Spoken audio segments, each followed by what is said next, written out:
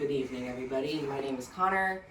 To get things started, I have a quote from George R.R. Martin's A Clash of Kings.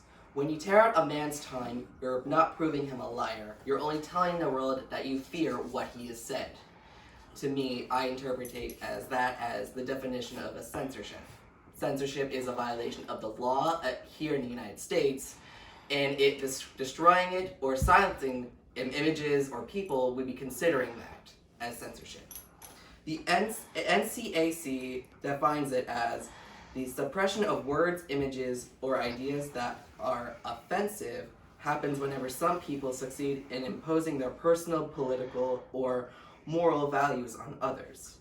Censorship is an issue that most people worry about based upon their own will against others' political beliefs. I argue against that, saying the following things: censorship, Banksy and his works, private institutions and governments, stopping censorship, and the opposition to it. To get things started, I'll go over what the First Amendment is. The First Amendment, according to the Cornell School of Law, states that the Congress shall make no laws respecting an establishment of religion, or the prohibition of free speech thereof, or abridging the freedom of speech, or the press, or the right of the people peaceably assemble and to petition the government for redress of grievances. What it basically means is they cannot silence our free speech. And what does this have to do with censorship? I'll go into that with the artist Banksy, who's most famous for the painting of the girl in the balloon, and recently destroying that piece, which managed to transform it into much more. And how does this deal with censorship? His recent piece, being Clacton on the Sea, was recently took down because it was depicting racism, and the community did not believe and did not like its depiction of it. It's supposed to be intended to criticize xenophobia, and according to Osh Okmolo's guest list article, Censorship and Racist Petitions, another Banksy piece removed, the irony is that acting out of sense of political correctness, the council has essentially censored an anti-racist artistic statement, and one that would have been culturally valued because of its famous creator to the town. And according to Banksy himself, he has no comment on it. But the major causes of censorship is the silencing of free speech in the government, mainly in a government such as China. China has many different types of laws on what they can put on the media, but most importantly, according to Bina Zhu's and Eleanor Albert's article on media censorship in China, it reads, China's constitution affords its citizens freedom of speech and press, but the opacity of Chinese media regulations allows authorities to crack down on news stories by claiming that they expose state secrets and endanger the country. Another example of censorship is in private schools. As a student who used to go to a private school, I didn't believe that many of the law rules made sense.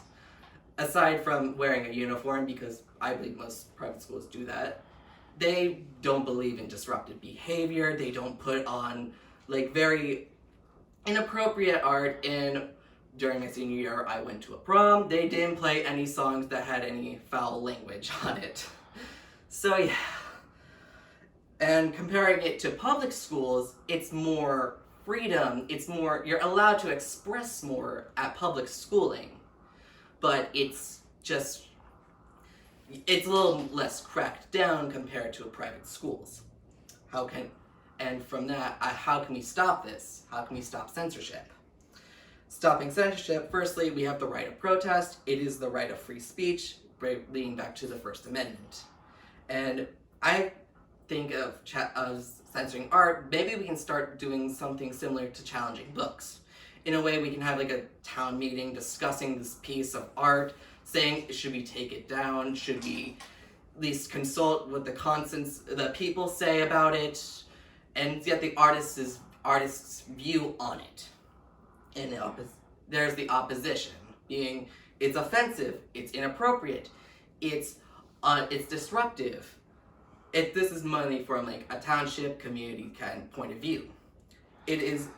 They said it doesn't hold up to the community's beliefs. It doesn't hold up to the community's values, and it just all around disrupts the community together. My rebuttal to this is that it's supposed to be provocative. It's supposed to make you feel this. It's a piece of art. It's supposed to make you feel an emotion. I compare this to political cartoons. They're meant as political satire, such as mainly presidents as drawn as with big heads, usually in a boxing ring, etc. But like in some states, they can censor that. But recently, a Malaysian political cartoonist, Zunar, was recently revoked from these charges, according to Shidra Parjan's article from stating that for a Malaysian cartoonist, Zunar, 3 years of constitutional challenges pale in comparison to 43 years imprisonment that was on the line. But after a legal battle active since April 3rd, 2015, Zunar's 9 sedition charges were dropped on Monday, July 30th, 2018. As to end this, for a quick review, we went over censorship, Banksy and his works, private institutions and governments on censorship and how they can cause it, and how we can stop censorship, and my ways how we can possibly do that, and the opposition. And with that, here's my call. We need to stop it. It's silencing our voices. It's silencing our minds. It's silencing our power to create. We should be able to create something and just show what we believe in. And that, I would like to conclude this speech. Thank you.